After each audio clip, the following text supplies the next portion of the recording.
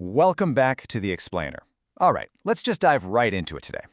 We are unpacking the documentation straight from the OpsHub live orchestration session that took place on May 18th. Now, I really don't want you to look at this as just some standard software update or a routine system check. Instead, think of this session like a high-stakes rocket launch. The ultimate goal here was to take a series of incredibly complex automated market analysis systems, bring them fully online, and lock them into a perfectly coordinated state. So what was the primary objective for this launch? Well, 5. That was the magic number. We had to bring exactly 5 wildly complex, previously disconnected trading and monitoring systems into a fully coordinated live runtime state. We're talking about waking up the intraday pattern runtime, the Dipfire intelligence runtime, the SDK Conductor, Telegram alerts, and all those background heartbeat systems. It was all about taking these isolated lone wolf components and forcing them to play together as one unified machine. Which really brings us to the big question here. How exactly do you orchestrate chaos?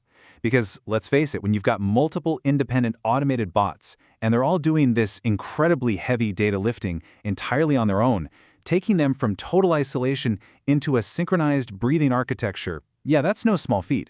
It requires extreme precision and a very, very specific sequence of events. To pull that off, here's our pre-flight launch checklist. First, setting the launch objectives. Second, waking the intraday bot. Third, getting those first live alerts. Fourth, deploying the conductor. And finally, reviewing the final stack. All right, Section 1, setting the launch objectives. Before we even thought about mashing that launch button, we had to assess the dormant systems. If you look right here at this raw system log from Phase 1, you can see we were essentially starting with a completely dead system. The previous process IDs, think of those as the digital fingerprints of running programs. Well, they were totally stale, dead. The runtime logs themselves hadn't even updated since May 15th. And on top of all that, the existing process isolation protections were actively blocking us. So we were looking at a completely locked down, ice-cold start.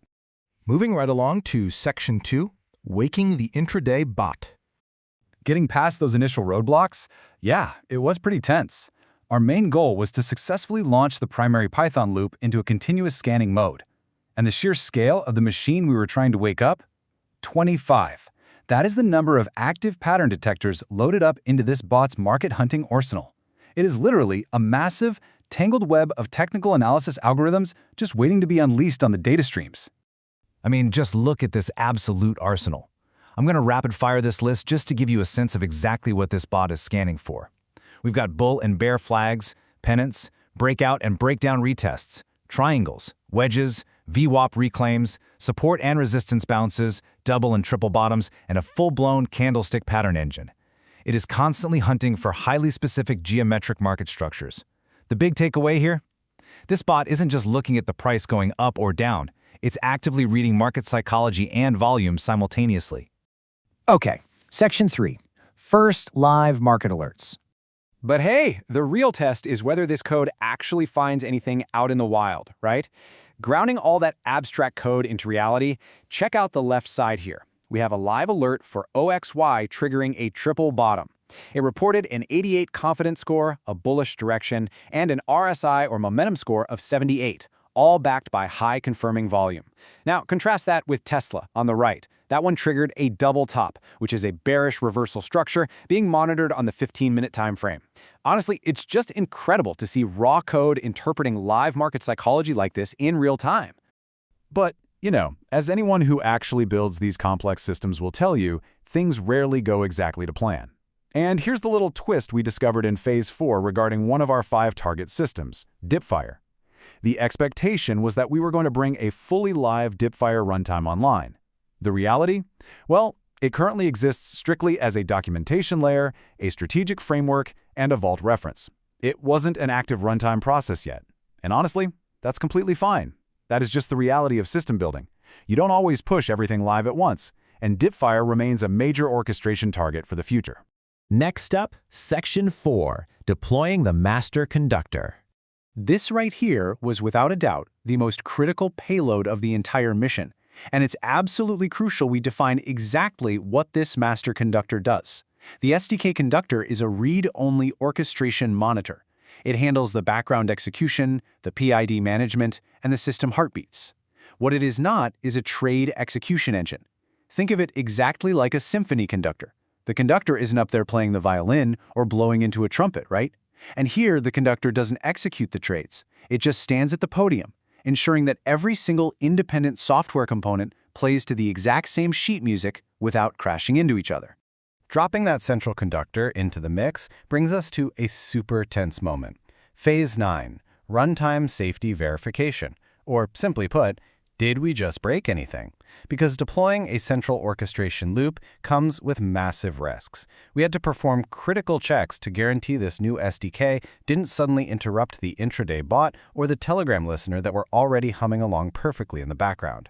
We had to rely heavily on strict process isolation and non-destructive orchestration strategies to keep the whole ecosystem safe. Which brings us to our final stop, Section 5, the final tech stack. Spoiler alert, the safety checks passed. We hit that beautiful all systems go state.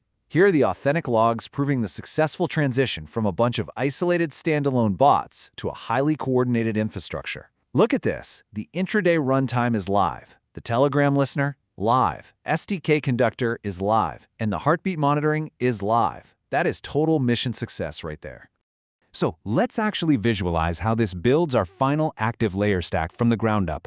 It's a deeply satisfying structural payoff. Down at the very base, supporting the whole shebang, we have the logging infrastructure. Right above that, the heartbeat monitoring, which ensures the system actually has a pulse. Next up is the SDK Conductor, routing all the logic. Sitting on top of that is the intraday runtime, doing all the heavy market analysis lifting. And finally, right at the top, delivering the goods to the user, we have the Telegram alerts. Now, they didn't just pop champagne and call it a day after the session, they immediately mapped out the future. Here is the evolution path they highlighted in the docs.